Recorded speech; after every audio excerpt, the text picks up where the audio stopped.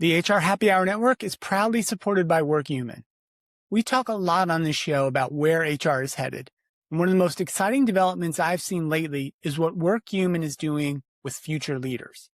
Future Leaders is the first talent intelligence tool of its kind, helping companies identify high potential VP plus talent already inside their organization, up to 4 years before they step into the role.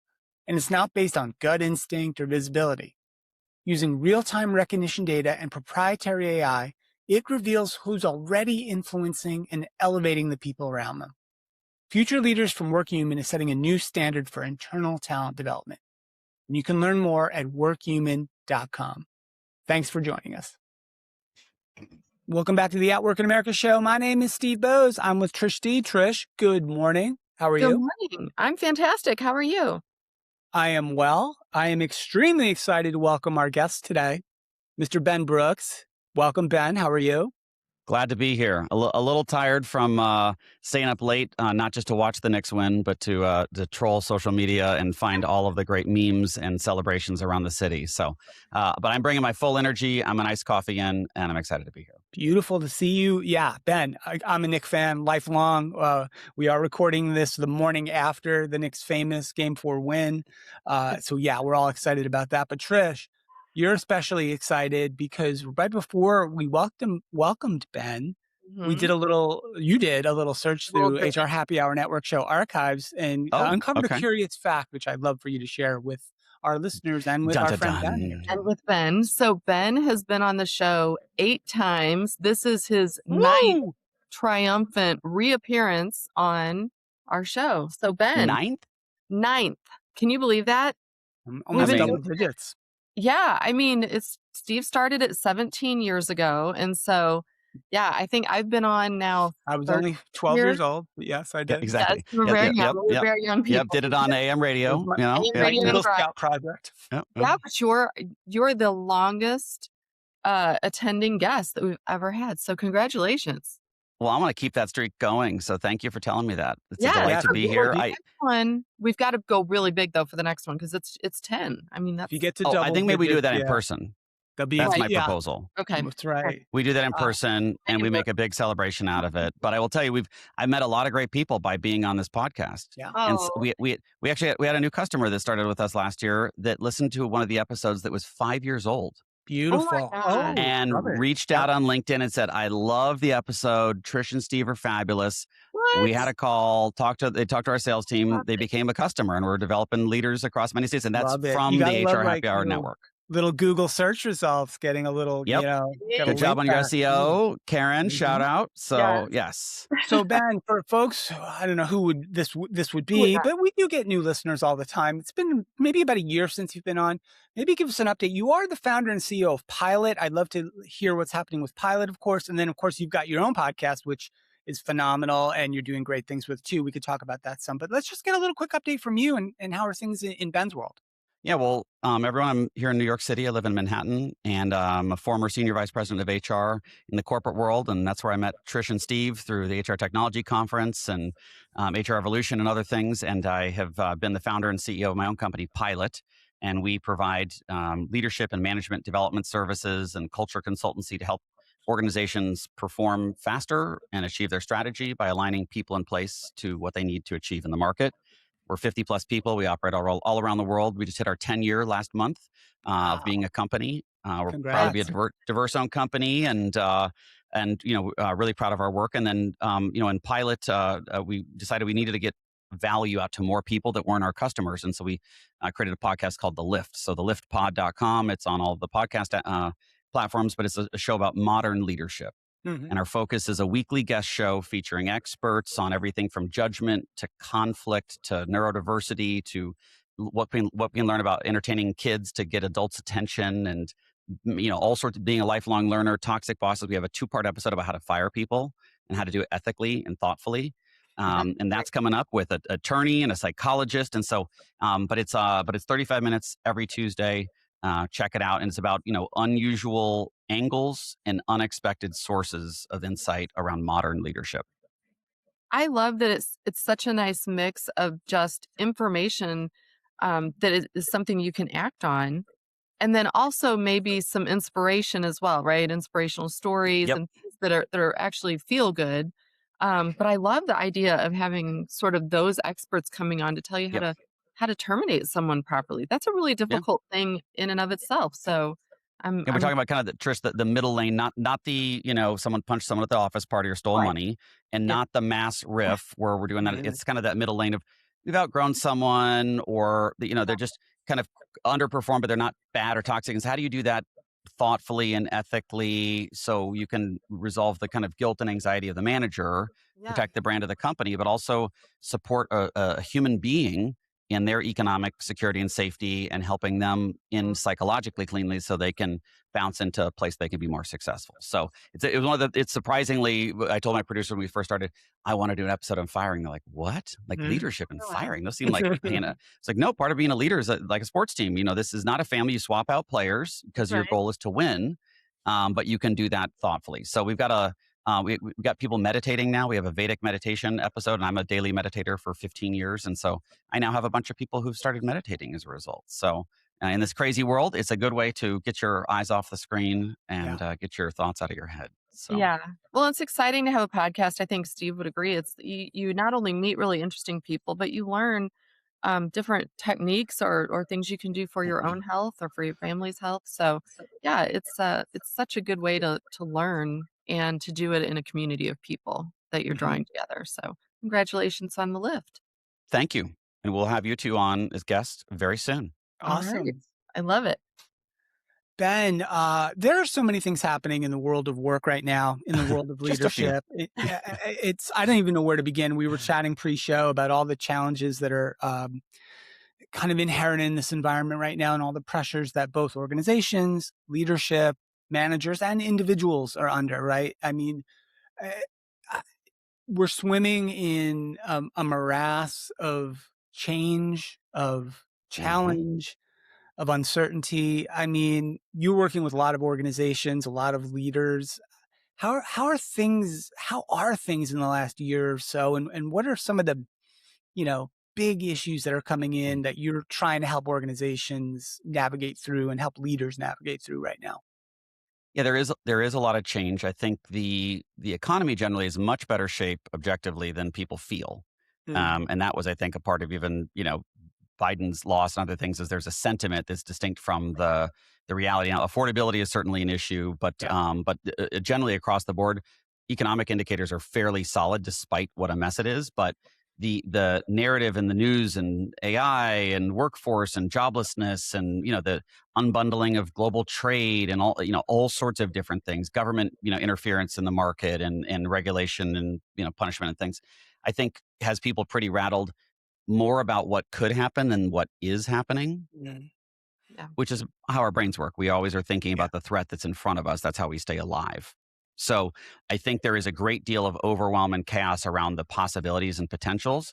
I just have not seen entire orgs get generally wiped out, et cetera. But they are on the precipice of deciding, is this going to be, evolutionary or revolutionary with AI? Mhm. And are we going to be winners or losers? And amongst a lot of other things. So I think they're deciding, is this going to be evolutionary or revolutionary with AI? And are there other things, that are going to upset the apple cart? So I think most executives and leaders I know are thinking a lot about the future, but they're probably fearing a lot more than plotting a lot. And I Mm. think to the Warren Buffett quote, when people get greedy, get scared. But when people get scared, get greedy. I think right now people are getting scared. And I Mhm. think it's actually an opportunity to potentially play offense, but it may require some bold moves and a lot of courage. Mhm.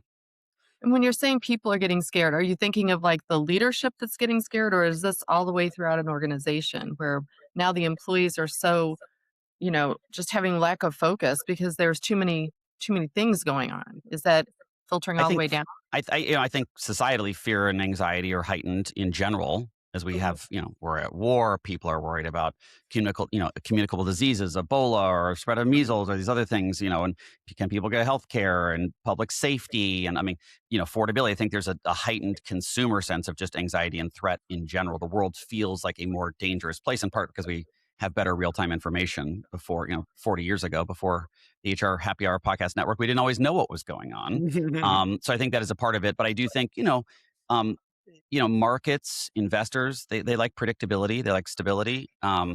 It's hard right now when you don't know what the government, whether the executive branch or the legislative branch at the federal levels or even state levels, are going to do. A lot of erratics. It's very difficult to plan and do scenario planning. One of my clients is in DC today and will be in the Oval Office and trying to influence around particular things around some difficult legislation. And so I think that there's, I think within organizations, there's a lot of fear. And, if you're at the top of management, it's harder to get a job the higher up you are, even though you have more of a safety net typically because you also have higher burn. So there's a lot of people thinking about their jobs. Do they have 5 or 10 more years in the workforce? Can they bridge that? They're the ones that are in charge typically. So do they ride it out, or do they really future-proof the org?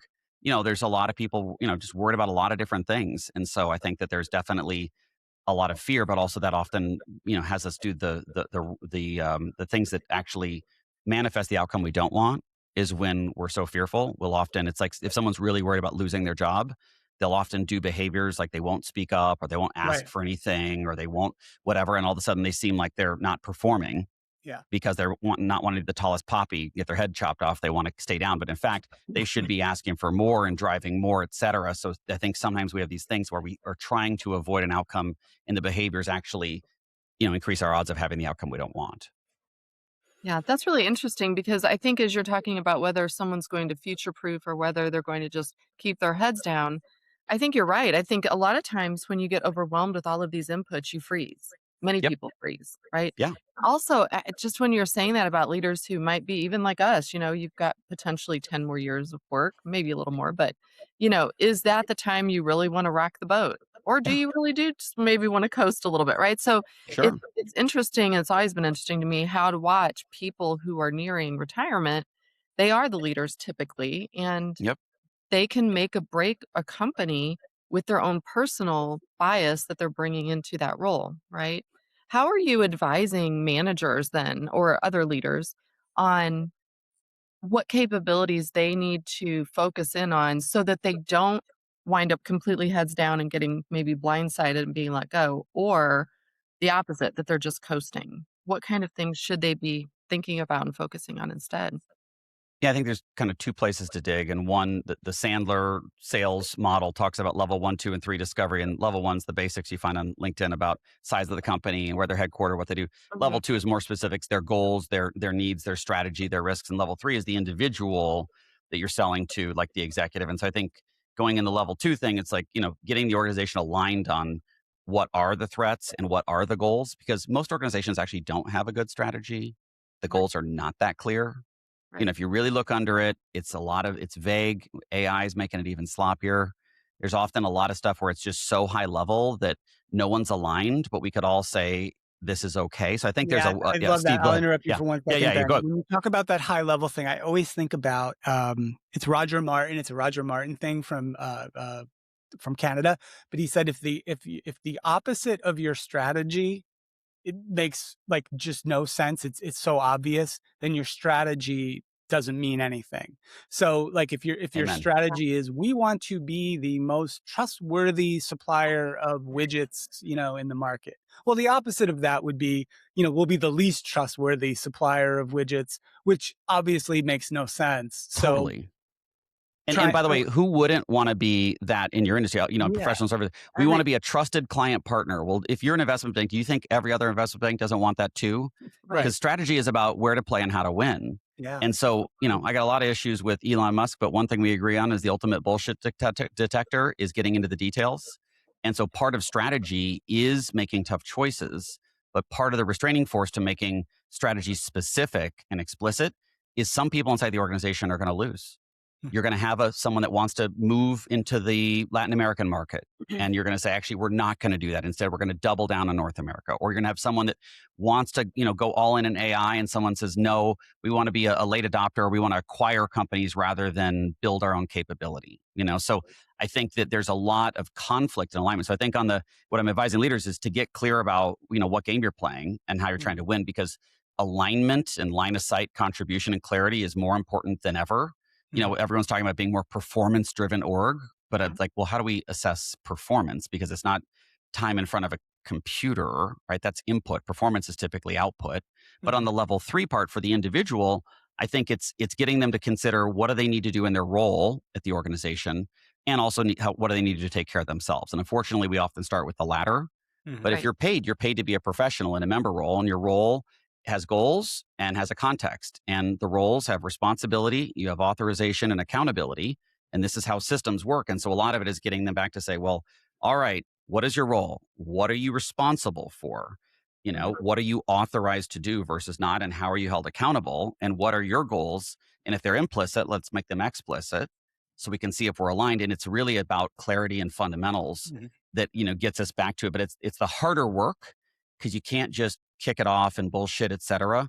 And you have to think, and you have to have courage, and you have to have conflict. So there's a Venn diagram between those level 2 and level 3, but a lot of it is like really, again, imagine, as Trish said, we're overwhelmed. It's like when we all have all the browser tabs that are all open and our computers like, "Wah." That's our brains, right? And so sometimes we have to reboot or close applications and tabs. Some of that simplicity and essentialism is really required because if you're facing a storm, you don't want to be doing everything in all directions at once. You've got to pick an approach. Are you going to try to go through it, go around it, weather it? Yep. And so I think that's the part of like the strategy part, and then the alignment. And then as things change, just like if you're in the military and the conditions on the field change, you need to adapt. Right. And again, we have conditioned ourselves. We make 5-year strategic plans, and our budgets every year, we just add 3% to what we did last year and things. And that's never been a good way to run companies. But now we're getting exposed because the world is moving faster than the methods we have to manage and lead. Yeah. And I think you're right. I think decisive leaders are what ultimately employees and managers want. They might not always love your direction that you're taking the company, but at least there's a direction. I think it's that ambiguity when everybody's just like, what are we doing? We don't know. And then they wind up not staying. They're unhappy. They're feeling more pressure, more stress about maybe the company is doing well and they're just not even sure it is, right? So yeah, I think part of having a job that I would consider good is one where there is consistency and there's some sort of direction from leadership, right? Or from the ultimate leader. So, and I will mention, Trish, just, this is the thing I'm still working on. I haven't figured this all out. I'm an executive of my own company, and I have a lot to grow and learn and adapt in this environment. And we talk a lot about psychological safety. Knowing where we're going as an org and what your part is in it and what's expected and how you're going to work with others is a massive foundation of psychological safety. It's not just the tone in which we speak with someone or, nonviolent communication with using me and I stuff, which is super important. But a lot of it is like, are we setting, and if you've got people that are neurodivergent or people from different cultures, having that explicit, you got people that are first gen, that's a part of equity, is having that clarity. But on the directiveness, at my company, we do exit interviews for people when they depart, and I conduct them.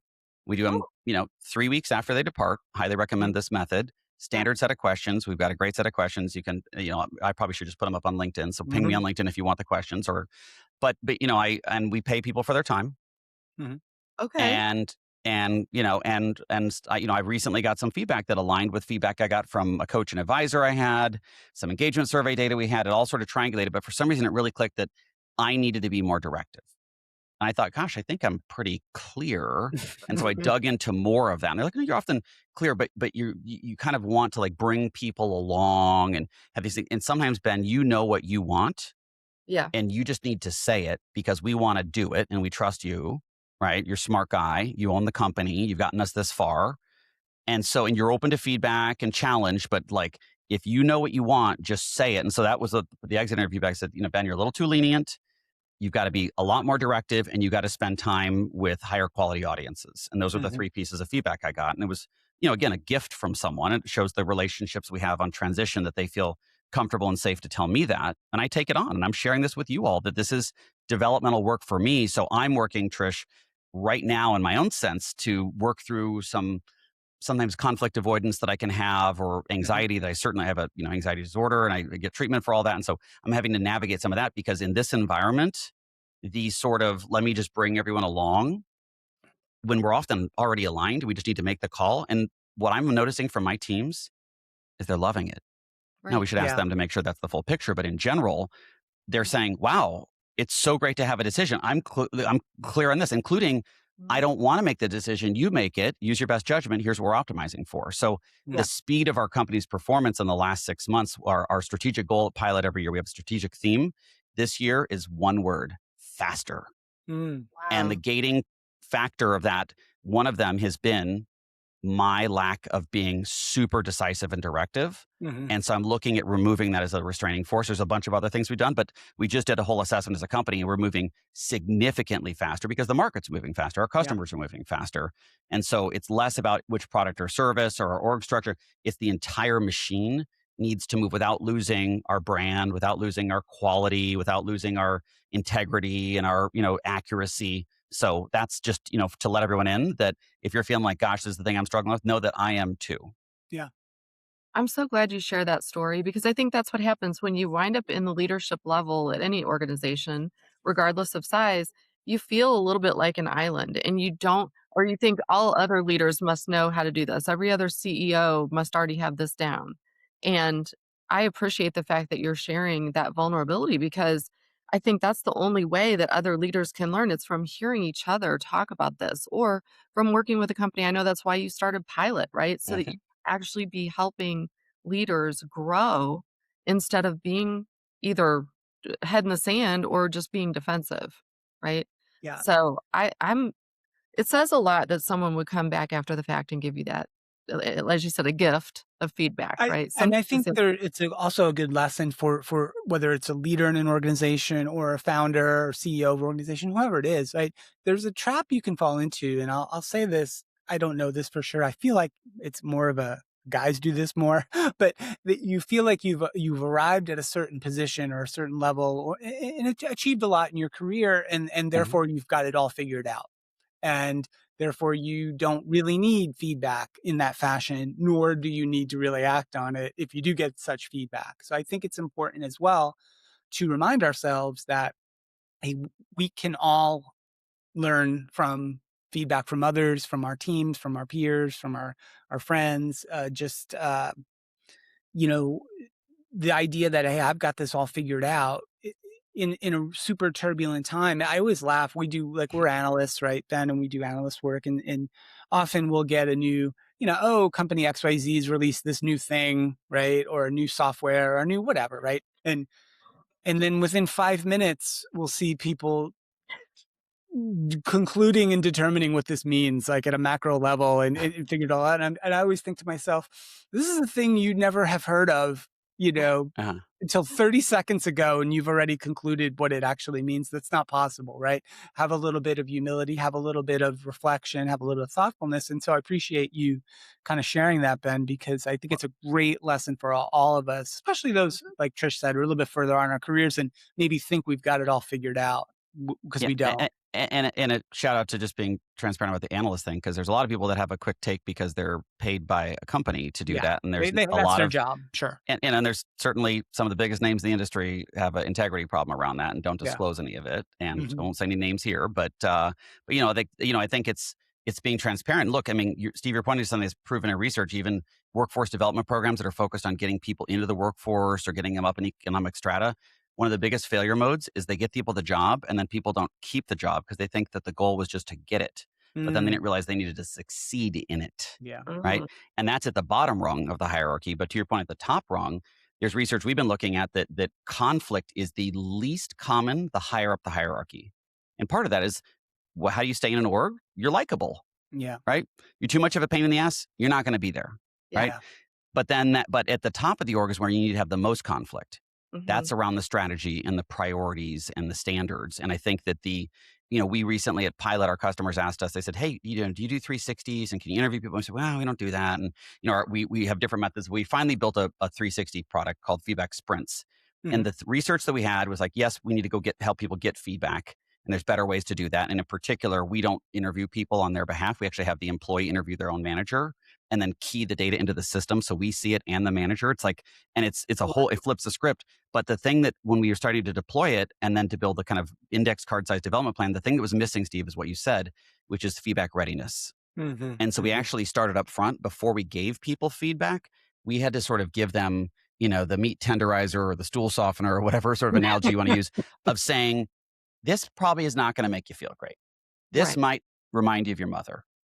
This Right. might stir up an insecurity. This might poke at a tender It's part a of you.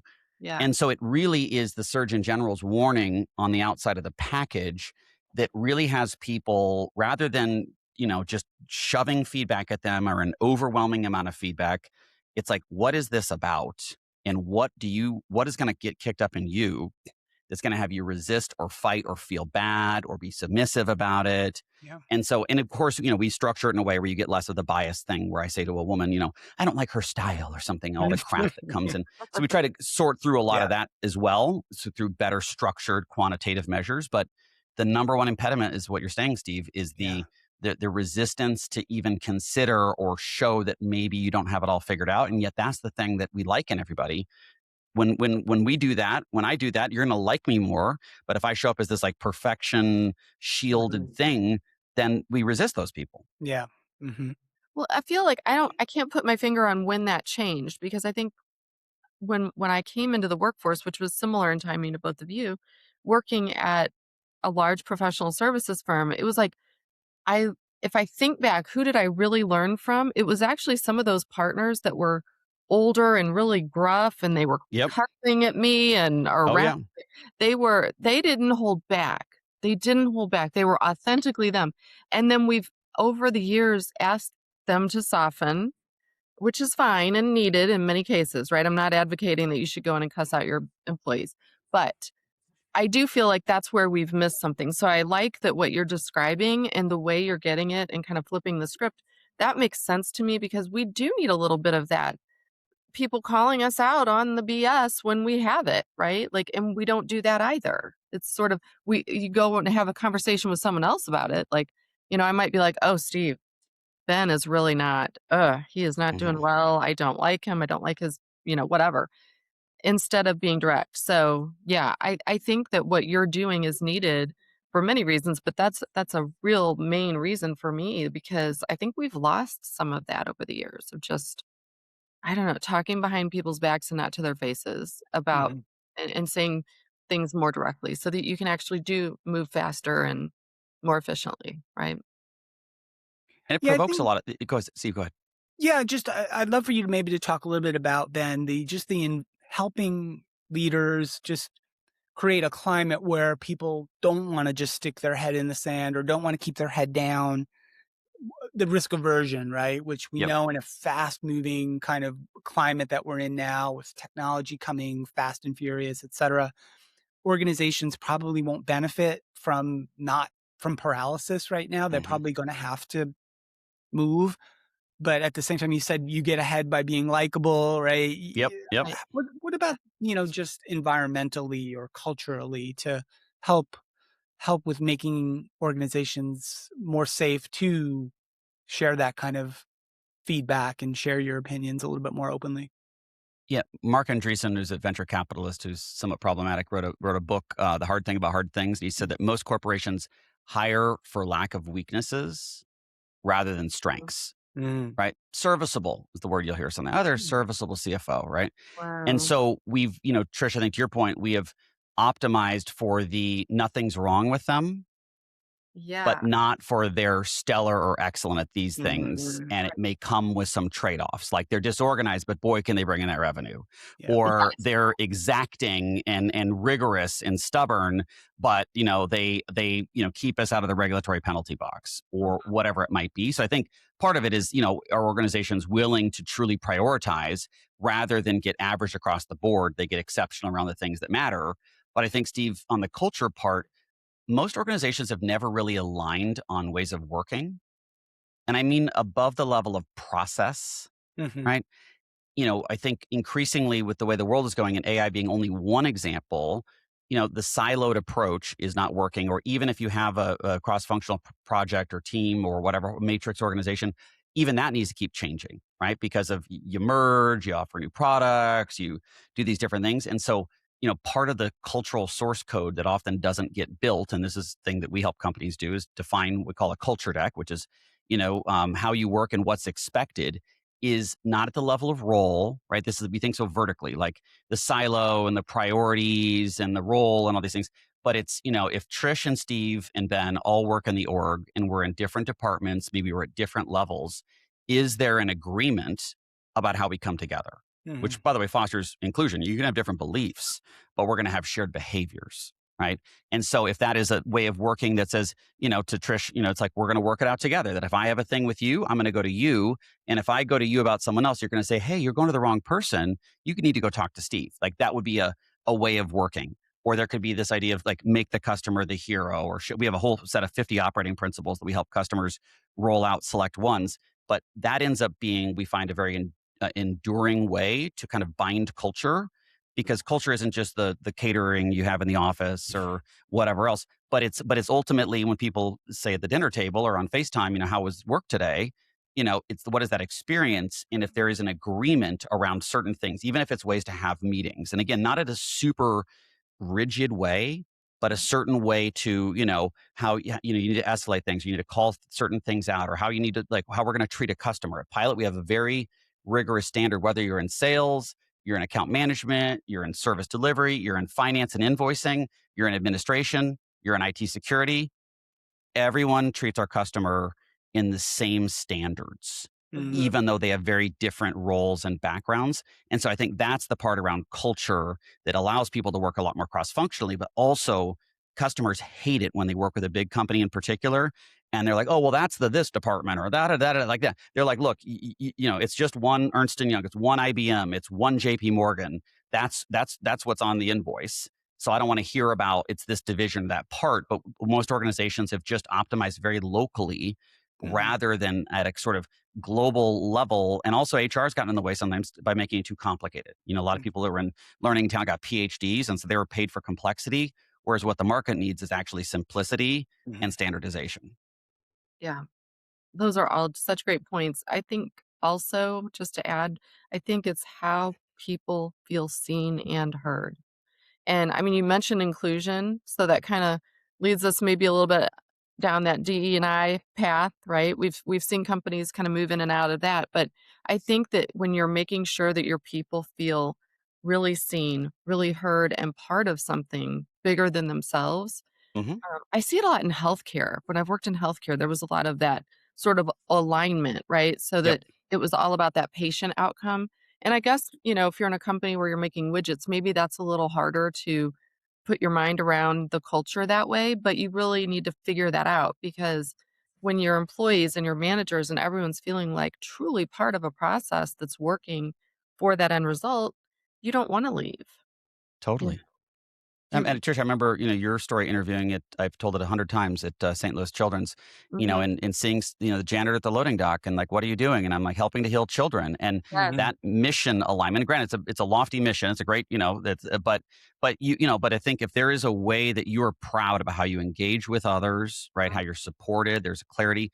I think some of the blowback around DEI was some of it's coming from a pretty nasty place, but some of it is warranted, that we were kind of had some empty calories around some of the approaches, Mhm. that it was some sort of feel good things and sort of just about being nice and things. When in reality, it was like, we actually have to figure out we're actually going to work together and understand each other, which isn't always going to be a Heritage Month celebration or a party.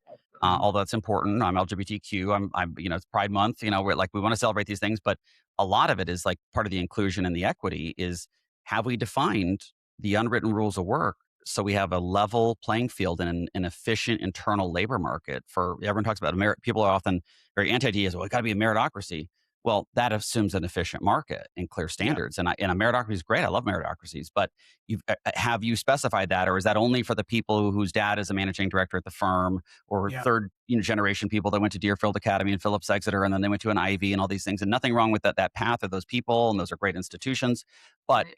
if you're first gen and you're coming from Queens and you're Puerto Rican and you're from different, or you're Taiwanese or whatever else, like, that's a part of, I think, where organizations benefit. And it's not because it's the moral right thing to do. It's that they can be more successful with their strategy and shareholders because they want to create that efficient market and to have people compete and to win and share together. And so this is no different than what, we talked sports at the beginning of this, right?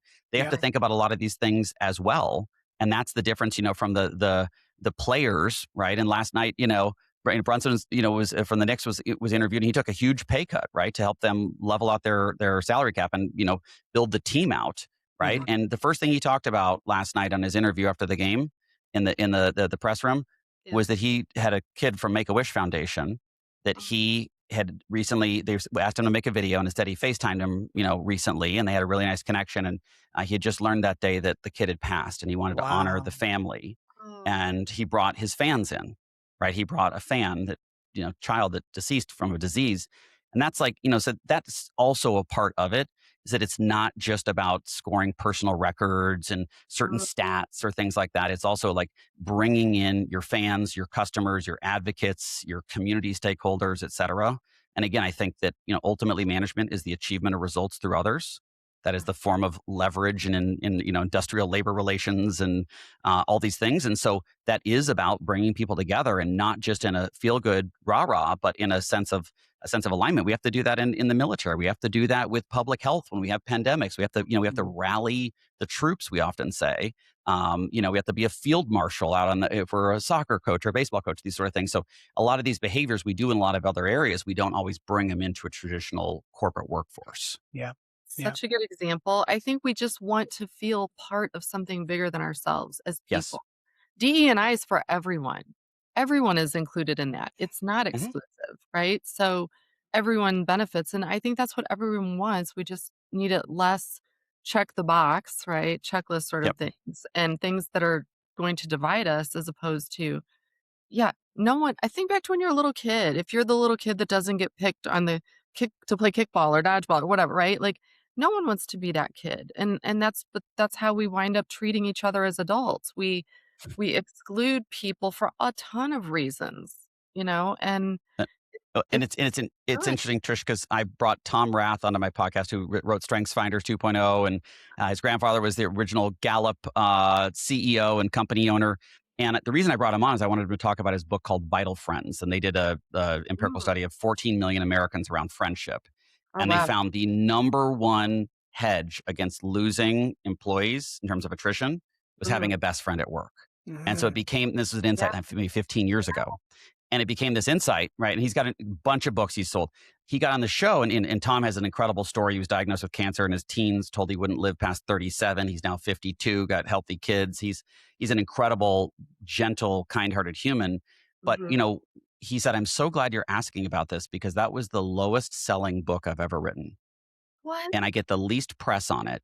And yet it's the thing that I think makes the biggest difference. But all the things that I focused on that were individualistic, like find your strengths, how do you succeed? Those sell like crazy. But when it's like what you can do for others, how you can be a good friend and create connection, people are just too self-centered often to think about the other. And so it's a great episode. He was delighted, to share. We could put it in the show notes, but it was just an insight that I was surprised, because he's like, I'm actually most passionate about some of this research, but it's gotten the least sales and least media attention. But Trish, part of inclusion is at the desk level. It's not the corporate policies. Were you invited to go to lunch with the group, or did someone say, how was your weekend? Or, hey, you seem a little bit down today. Is everything okay? So, inclusion is often in the micro moments, and it's not something that can be controlled or managed from on high. It's a shared agreement back to the way we work, and what's expected and how we work together. If what's expected is that you connect meaningfully with colleagues, that you advocate and look out for them, that you're thoughtful. One of my personal most important values is to be thoughtful. It's one of our company values. And so if you want to see me light someone's ass up at my company, it's when we're not thoughtful. And it's not just now, but sometimes it's just that we, send a customer a bunch of files and they're not labeled and the email's a mess. That ain't thoughtful, right? Right. We are going to be a thoughtful company, but it's also when people have, peak and trough moments, someone dies or they're on the cover of a magazine or get a big job, like part of being thoughtful is showing up for them in that as well. But again, that's the stuff that, we have to agree together, because I'm not in every moment in interaction. Most of the times when our company is thoughtful, I didn't know what was happening. I didn't suggest it. I didn't execute it. And I find out after the fact. And that's how you get scale in the achievement of results through others, is not having to control it, but to sort of inspire and enable folks to do the right thing, and then to celebrate it when they do. Yeah, so true. Ben, I would say this has been a great conversation as usual. It's your 9th appearance on the show. Only the 7th time, I believe, you've mentioned stool softeners. So that's amazing. Over the we didn't get into plungers or septic tanks or anything like that. So we'll save that for number 10 for the in-person. I'm glad you worked it in. But we didn't get to everything we wanted to get to, and that's fine. We'll circle back, and as you said, we'll join you on the lift at sometime soon, and maybe talk about some more of these topics for sure. I want you to also just shout out Pilot one more time. Tell folks where to find Pilot, engage with Pilot, learn more about Pilot, and of course the lift as well. Great. So I am most findable personally on LinkedIn. So Ben Brooks, connect with me there. I put out a lot of content and some personal stories and other things. Pilot is pilot.coach, COACH is our website. You can always just send me a direct message on LinkedIn too if you want to find any of this. And then the lift is theliftpod.com. We're on 33 podcasting platforms, Apple, Spotify, everything in between. And our website actually has articles that are companion articles to the show. They're not show summaries. Mm-hmm. But if you've got colleagues and you want to share an episode that maybe is a bit of a book club with teams and things, we've got discussion questions, we've got additional research, and that for folks that are maybe not as auditory as learners, there's a written thing as well as sort of transcripts and other things like that. So that's all on the website, and we're going to come up with a bunch of more resources because we'd like it to be a sort of modern resource and book club that people can hand around because no one's doing white papers and webinars and things like they used to. So what's the way do we engage people? It's through a more modern medium. So I appreciate your support over the years. You all helped inspire me to create the lift. Just seeing what you've done, and I think you've done it so consistently. Obviously, you're just the drumbeat is there, and that is the winning strategy. And you've evolved the show, and you've helped platform me and others in ways that have benefited us. So I just want to thank and acknowledge you both for your leadership because you've been role models to me, and I can tell you that the show you encouraged me a couple of years ago to consider doing a show, and so I just want to thank you because you are advisors and investors in my future, and the show wouldn't be what it is without the two of you. So I thank you. Well, you're welcome. And thank you right back. I mean, I was thinking back to when we got to know each other many, many years ago. And I've always thought of you, this is pre-Pilot days. I've always thought of you as like my personal coach. And so when you started Pilot, and I would tell anyone who's listening to this now, it's really like getting Ben on steroids for yourself every day if you work with Pilot, because I think the insights that you bring and the candor with which you deliver the message, that has extended into the product and the solutions you create for your clients. And so thank you for being a good coach to me personally. And I know Steve's learned a lot as well. So I'm waiting for the Ben bot, like where I could ask the Ben bot a question and get the answer like Ben would answer it, right? Yeah, that could be really cool. Could also be a very slippery slope. We could see the hallucinations, or you could see some of I would imagine some of my dysfunctions or my crassness on occasion could, we'd have to have a filter on that maybe, but it'd say something. I'm gonna put that in the suggestion box for you guys to think about. So how about that? Okay, well we're gonna find other ways too, just to interact more through the lift and the community we're building there to just get access to me and to the many talented colleagues in our team, the 50 plus folks that make the magic for our customers, because they're really the hero of that story in our customers. So awesome. But thanks for having me on. Well, great stuff, Ben. Great to see you again. As always, let's see each other again soon. Hopefully in person, maybe in New York. Go Knicks, of course. Go Knicks. Trish, great show. World Cup. Good to see you. Go World Cup too. Go World Cup. Cups as we record this, the World Cup starting today, as it were. So I'm excited. I'll be at the France-Senegal game on Tuesday, rooting for Senegal. France is obviously the number one favorite, incredible team. But I visited Senegal 5 months ago, fell in love with the people and the culture, and I'll be rooting for Senegal. All right. Sounds good. We will too. Great stuff, Ben. Trish, great stuff as well. Go to hrhappyhour.net. You'll find all the shows, loads of stuff, really interesting things going on, really cool stuff going on. Both, shout out to Sabrina Baker on HR Connection doing some really, really good shows lately. And Workplace Minutes are on fire, Trish. So I hope you're listening to those too. So thank you, everybody. Go to hrhappyhour.net for all the archives. My name's Steve Boese. We'll see you next time. And bye for now.